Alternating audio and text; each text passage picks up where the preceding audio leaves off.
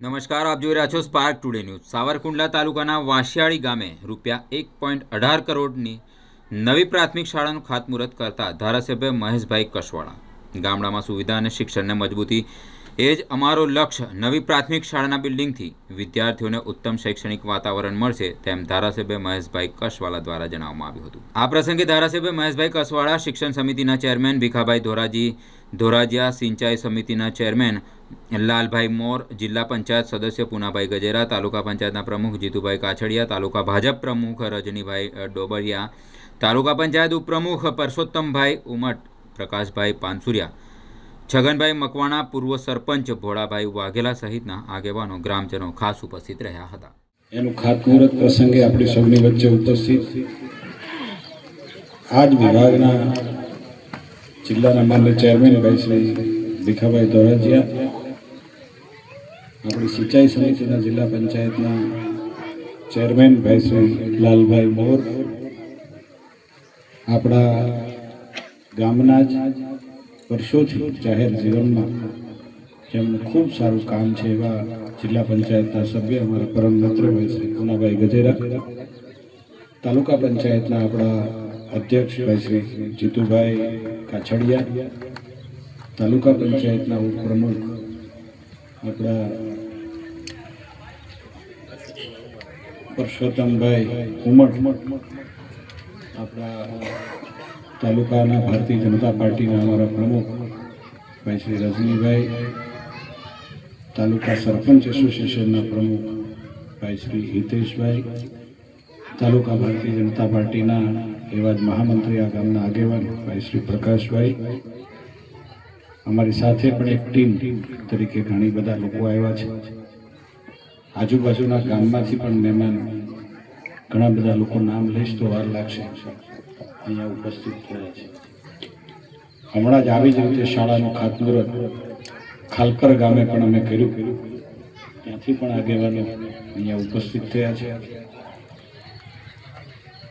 પ્રસંગ છે એ શાળાનો પ્રસંગ છે, આજનો જે પ્રસંગ છે એ શાળાના બાળકોનો પ્રસંગ છે,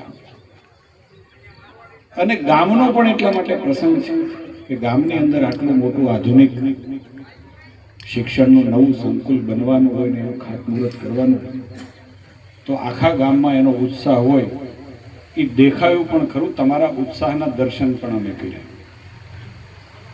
ગામનો માહોલ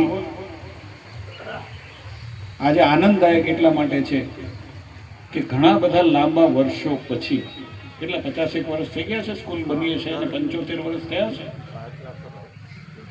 70-75 વર્ષ પછી ગામની અંદર એક નવી શાળા, 75 વર્ષ એટલે હું માનું છું આ ચોથી પેઢી છે, એ પછી એક નવી શાળાનું બાંધકામ આપણે ત્યાં શરૂ થઈ રહ્યું છે। એ વાતનો બધાને આનંદ પણ હોય। થોડા દિવસ પહેલા જ હું આમ તો ગામમાં આવ્યો તો પરસોત્તમભાઈને ત્યાં એક સામાજિક ઘટના બનીને એના કારણે મારે પરસોત્તમભાઈ ઉમટને ત્યાં આવવાનું થયું। આજે લગભગ 5-6 દિવસ પછી ફરીથી આવ્યો છું ને। આમ તો આ ગામની અંદર મારે 3 વર્ષની અંદર કદાચ 10 વખત આવવાનું થયું છે। ખાતમુહૂર્ત, નાના નાના પ્રસંગે, સામાજિક પ્રસંગે પણ ખૂબ આવવાનું થયું છે। ગામની અંદર 1 કરોડ, 1.25 કરોડ રૂપિયાના ખર્ચે એક નવી શાળા બને અને આધુનિક શાળાનું મકાન તૈયાર થાય, એના સાક્ષી બનવા માટેનો અવસર આજે ગામનો છે, ગામના દીકરા દીકરીઓ સૌ સ્વજનોનો છે।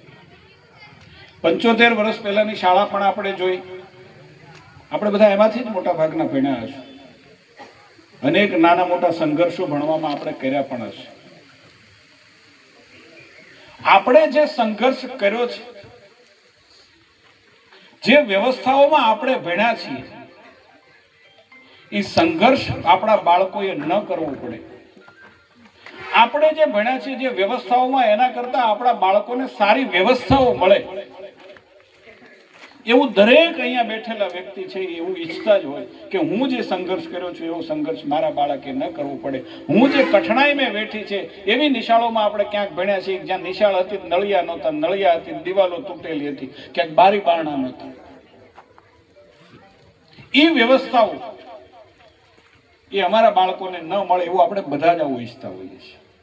અને એટલા માટે આજે મને આનંદની વાત છે કે આખું વાંસશાળી છે આ મંડપની નીચે હમાઈ ગયું, આખું ગામ અહીંયા આવ્યું. કારણ કે એક પ્રસંગ જ એવી રીતેનો છે. અને એ નિશાળ બને છે એનો મતલબ શું? એક નિશાળ બને છે એટલે કોઈ એક શાળાના ઓરડા 4 દિવાલની વચ્ચે એક ઓરડો આપણે બનાવી નાખવાના છે એવું છે? આ એવું નથી.